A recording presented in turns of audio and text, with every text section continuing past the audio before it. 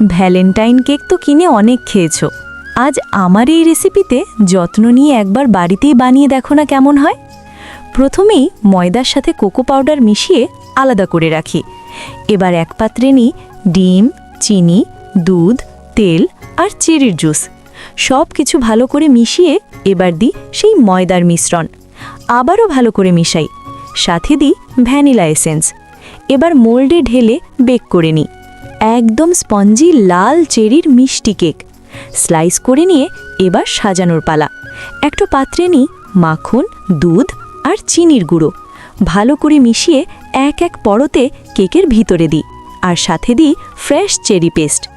এবার ওপরে থেকে কেকের গুঁড়ো লাগিয়ে পুরোটা মুড়ে নিই।